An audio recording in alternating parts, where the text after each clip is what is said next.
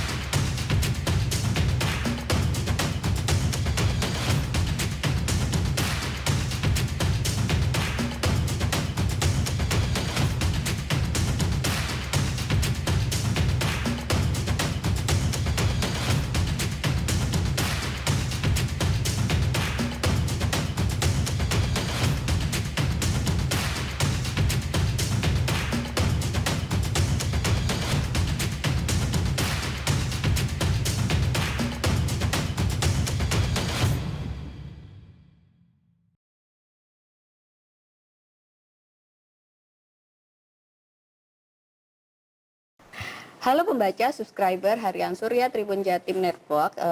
Saat ini kita sedang terhubung dengan Profesor Muhammad Nasih, Rektor UNER, sebagai salah satu narasumber kita untuk rangkaian Hari Ulang Tahun Surya yang ke-31. Kita akan berbincang terkait bagaimana sih upaya Universitas Airlangga selama pandemi pada Maret hingga saat ini dalam menanggulangi, mendeteksi, hingga menemukan berbagai obat dan vaksin untuk COVID. Ya, kita sekarang sedang terhubung dengan Prof. Nasih. Prof, gini, sejak pandemi ini kan sudah banyak sektor yang terpengaruh gitu kan, termasuk pendidikan. Di sini kita lagi sama Prof. Nasih, pimpinan UNER, yang awal COVID ini di bulan Maret ya Prof ya, sudah mulai melakukan kebijakan-kebijakan yang langsung pada penanggulangan COVID ini, Prof. Waktu kalau nggak salah ingat pertama kali itu UNER tampil saat ditunjuk oleh Satgas bicaranya COVID waktu itu ya, Prof ya, Pak Ahmad Yuryanto di Istana Negara. Itu bagaimana ceritanya, Prof, sampai UNER tiba-tiba muncul secara nasional gitu kan? Di garda depannya COVID waktu itu, sementara kampus-kampus lain waktu itu belum banyak dibicarakan. Ya, sebenarnya bukan tiba-tiba ya. Jadi ini kan proses yang sangat lama, proses yang sangat panjang, dan ini menjadi bagian dari kultur dan budaya kita di Universitas Airlangga. Apalagi kalau sudah menyangkut masalah penyakit itu kan menjadi bagian dari pekerjaan kita sehari-hari. Sehingga jauh sebelum ada Satgas itu, bahkan sebelum Pak Presiden mengumumkan ada dua kasus ya COVID pertama itu kan kita udah mulai melakukan banyak aksi. Jadi justru munculnya pertama adalah ketika kita berusaha untuk mendapatkan reagen untuk pengetesan COVID dengan PCR. Jadi ini jauh sebelum adanya pengumuman ada 2 pasien yang positif itu ya. Nah itu kita yang sudah mulai di sana. Oleh karena itu lagi-lagi ini bukan sesuatu yang tiba-tiba, karena sejak awal kalau ada kondisi seperti ini UNER selalu berada pada garis terdepan karena memang salah satu kekuatan UNER ada di bidang kesehatan. Ketika flu burung misalnya, kita tampil di depan dengan BSL-3 dan kemudian menyiapkan seed vaksin gitu kan, untuk flu burung yang sudah kita koordinasikan dengan Bio Farma dan lain-lain, meskipun akhirnya juga tidak jadi diproduksi.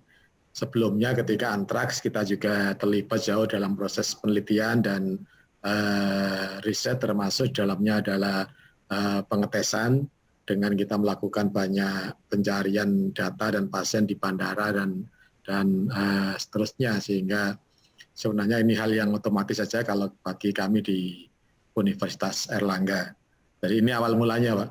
Yang kemudian karena kondisi pandeminya selalu terus seperti ini, ya kita nggak mau juga harus mengikuti dengan berbagai macam aksi-aksi yang sifatnya real. Gitu.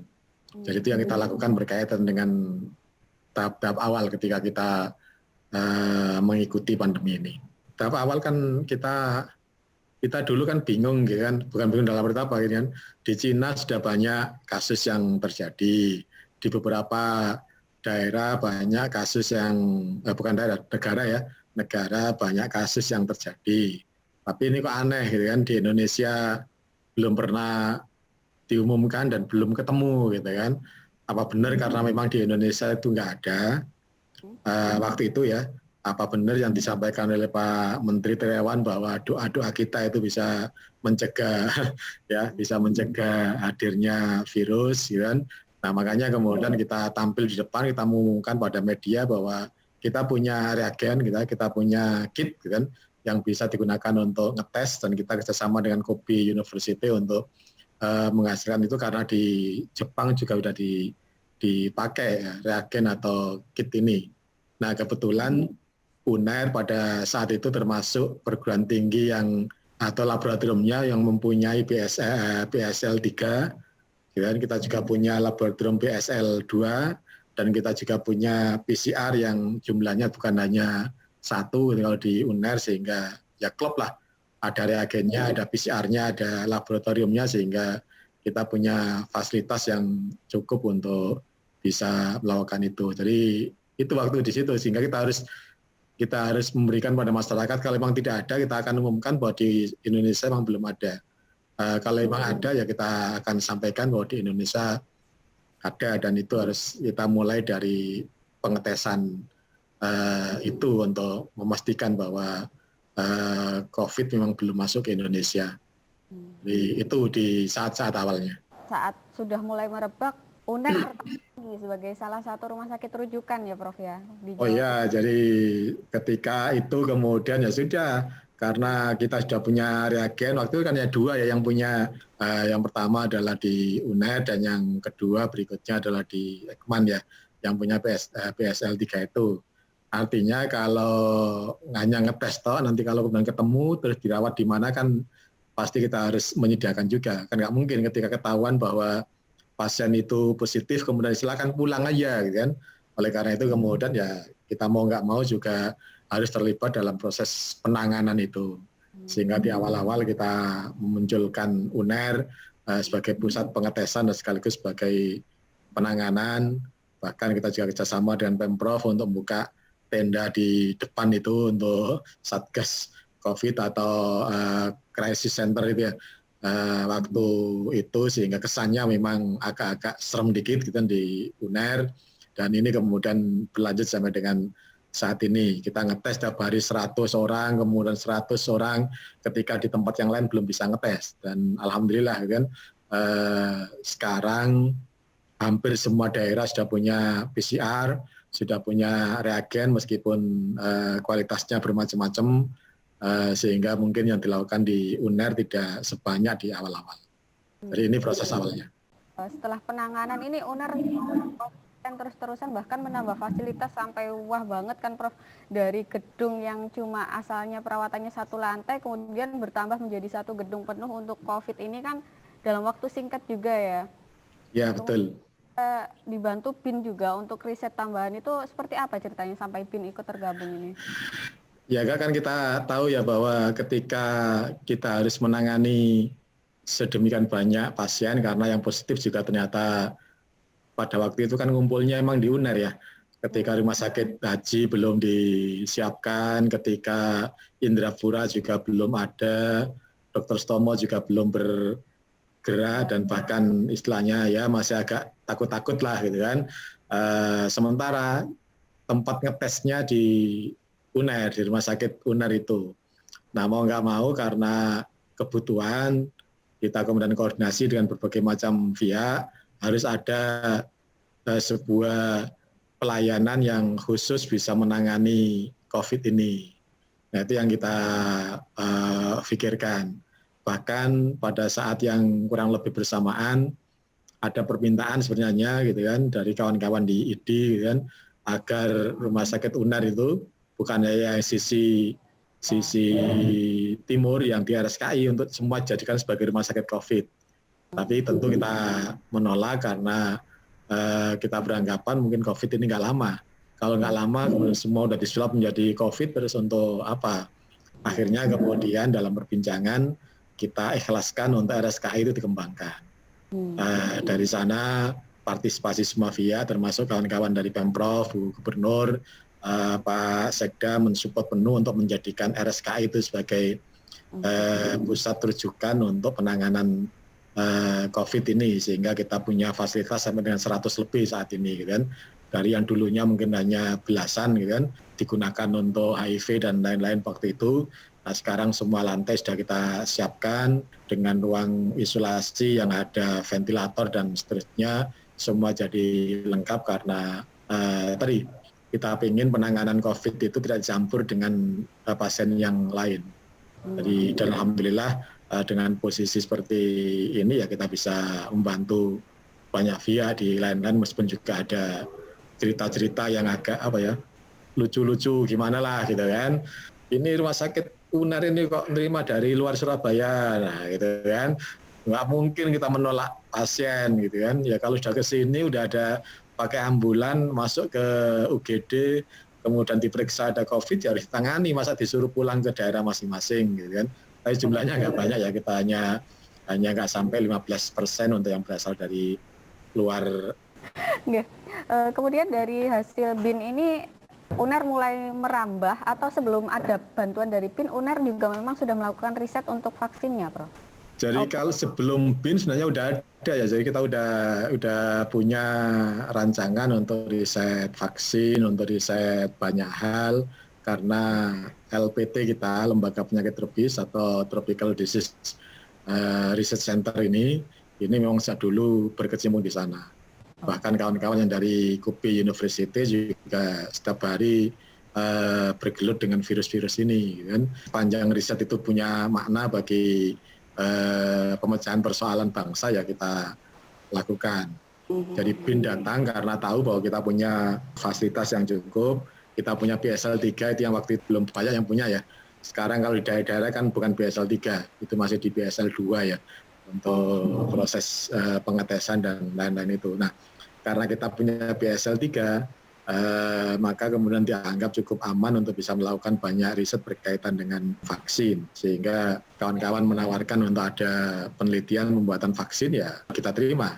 Dan jangan lupa bahwa kita mengembangkan vaksin, kalau yang vaksin ya, itu bukan hanya satu jenis vaksin lah ya.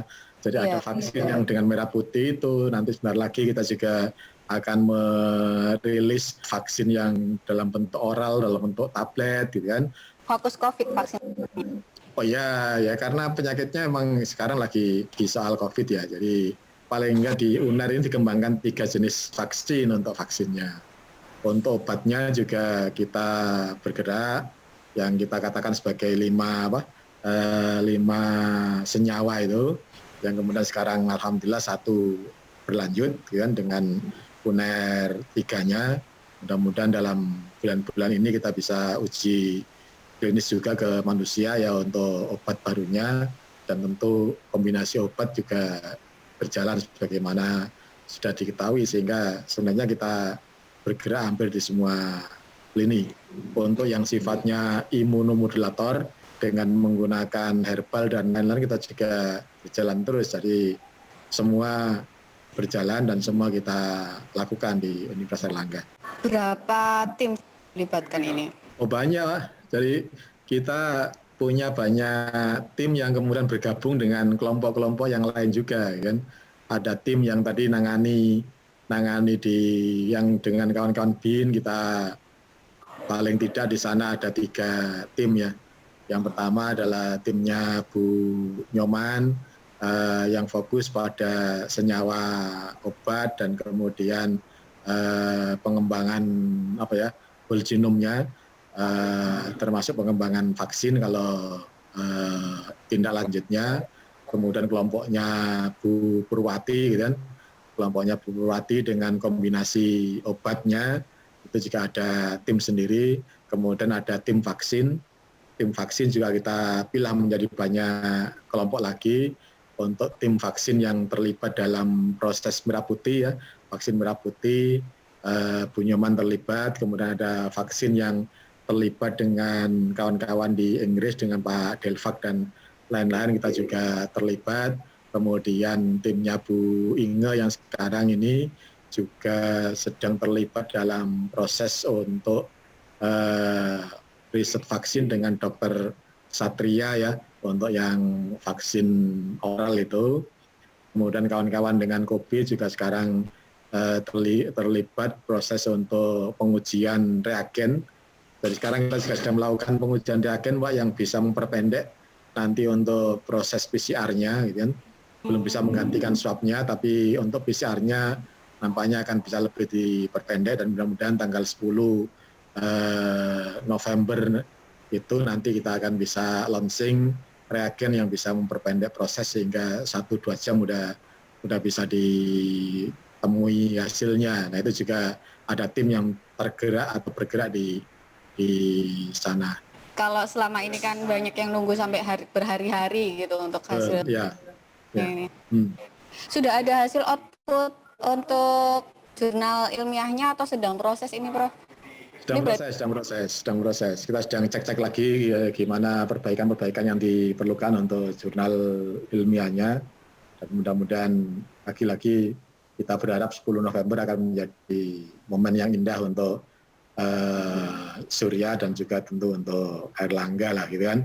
Nanti untuk berkaitan dengan banyak produk yang akan kita launching di semua bidang, bukan hanya riset COVID aja, tapi juga di hal-hal yang lainnya.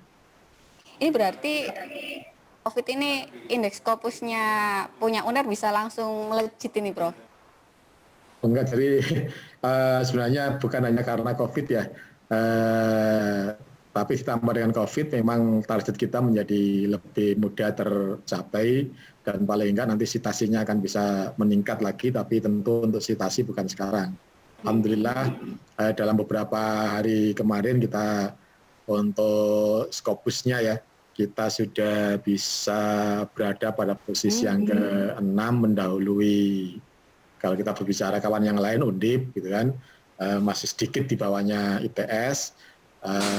Mudah-mudahan ke depan kita akan bisa masuk ke 5 terbanyak publikasi Scopus di Indonesia. Memang kita mulainya agak terlambat sehingga ngejarnya juga agak ngeden. Alhamdulillah tahun ini saja kita sama dengan bulan ini kita udah 2.480 sekian publikasi yang kita terbitkan dan ini tertinggi untuk hitungan tahunan ya. Untuk tahunannya kita tinggi, tapi karena tahun-tahun lalu kita masih sedikit, jumlah totalnya kumulatifnya menjadi masih agak rendah. Sejak COVID ini kesibukan jenengan gimana, Prof? Ya biasa saja, dari rumah, ngantor gitu kan. Menurut saya normal-normal saja.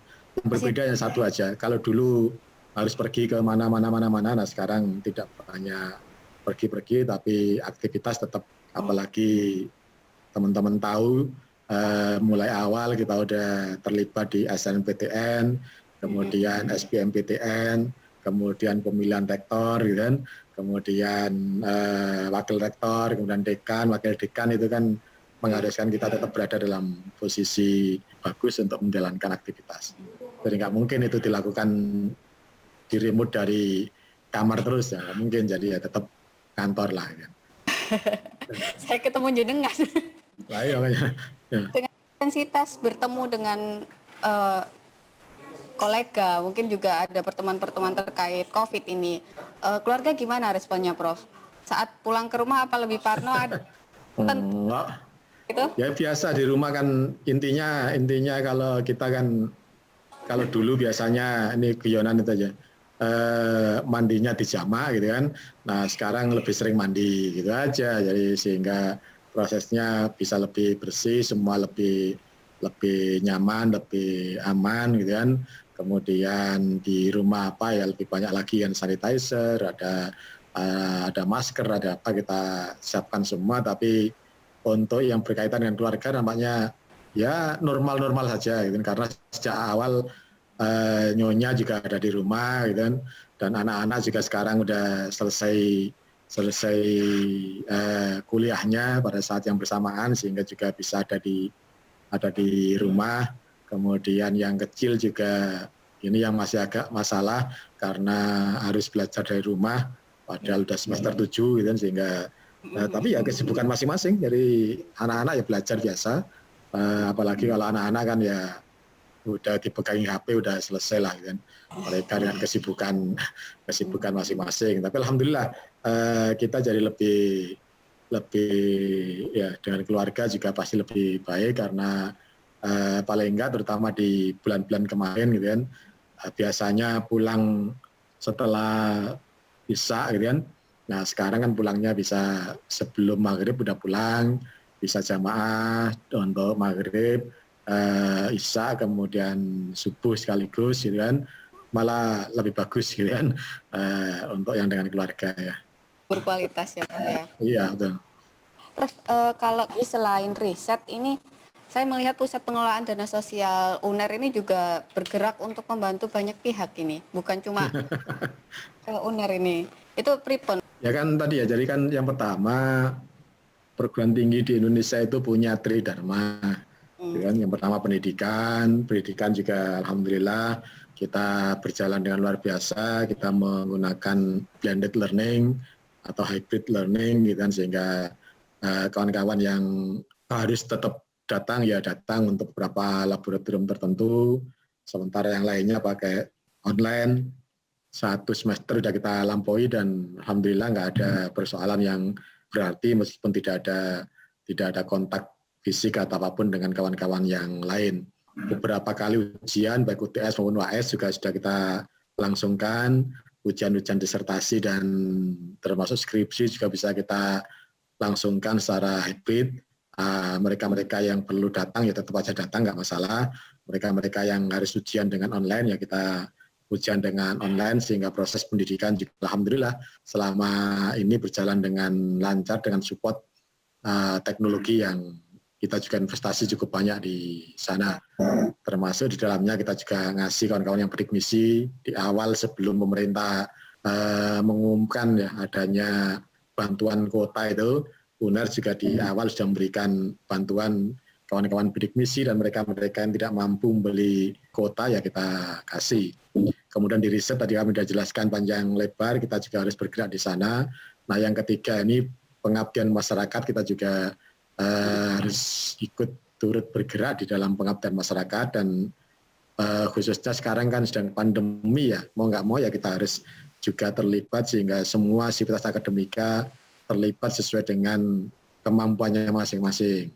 Yang punya uang ya bisa nyumbang uang gitu kan, yang punya waktu bisa bikin masker ya mereka kumpul untuk bikin masker, kawan-kawan di beberapa tempat farmasi yang bisa bikin hand sanitizer ya mereka bikin, dan itu kemudian kita koordinasikan di Puspas ini. Dan alhamdulillah lagi-lagi bukan hanya karena COVID, karena Puspas juga sejak awal udah bergerak lebih maju untuk nangani infak dan bahkan mengelola wakaf, dan ini akan kita terus dorong di kemudian hari. Mudah-mudahan kepercayaan akan terus ada untuk kawan-kawan di Puspas. Panjang sekali. Kalau saya kemarin dapat tugas wawancara COVID UNER, waduh, ini sebenarnya nggak cuma 20 Prof ya. Nggak cukup, masing-masing fakultas kalau tanyain nanti akan ada masing-masing dengan versinya yang semuanya alhamdulillah ikut aktif terlibat di dalamnya. Kita senang sekali untuk sedemikian aktifnya kawan-kawan Sivitas Akademika Universitas Erlangga. Mungkin permintaan terakhir ini dari kami, mungkin minta ulang tahun nih Prof. Alhamdulillah untuk kawan-kawan Surya yang sudah kita kenal cukup dalam dan menghiasi banyak pemberitaan, baik untuk Surabaya, Indonesia maupun juga Universitas Erlangga. Kami atas nama seluruh Sivitas Akademika Universitas Erlangga menyampaikan dirgahayu dan selamat pada hari ulang tahun yang ke-31 tanggal 10 November 2020 ini.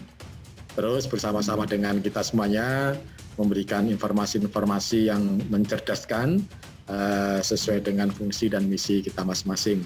Dan insya Allah kalau Surya dan UNER bisa memberikan informasi dan pengetahuan yang positif bagi bangsa dan negara ini, tentu kita juga akan turut serta dalam memajukan Indonesia. Selamat ulang tahun yang ke-31 untuk Surya, tetap semangat mencerdaskan kehidupan bangsa dengan memberikan informasi-informasi yang mencerdaskan dan tentu jujur dan benar. Terima kasih dan sukses selalu untuk kawan-kawan semuanya.